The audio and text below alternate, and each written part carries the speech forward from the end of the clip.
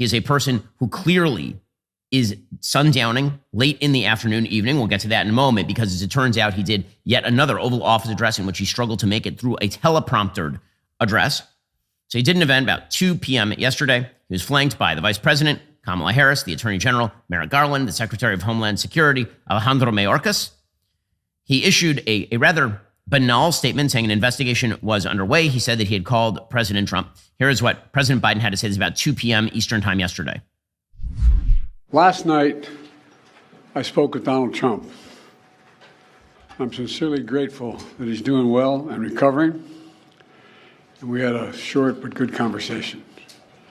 Jill and I are keeping him and his family in our prayers. As this investigation continues, here's what we're going to do. First, Mr. Trump, as a former president and nominee of the Republican Party, already receives a heightened level of security. And I've been consistent in my direction of the Secret Service to provide him with every resource, capability, and protective measure necessary to ensure his continued safety. Second, I've directed the head of the Secret Service to review all security measures for the Republican National Convention, which is scheduled to start tomorrow.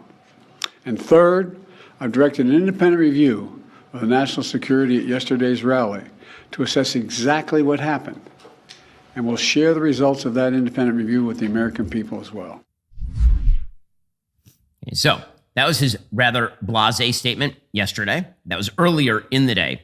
Now, the Biden team is saying, and they've leaked this to Axios, for example, that Biden is going to try to get out in front of this. He's going to try and make himself as public as possible here, mainly because it doesn't require him to take any serious questions about his fitness for office.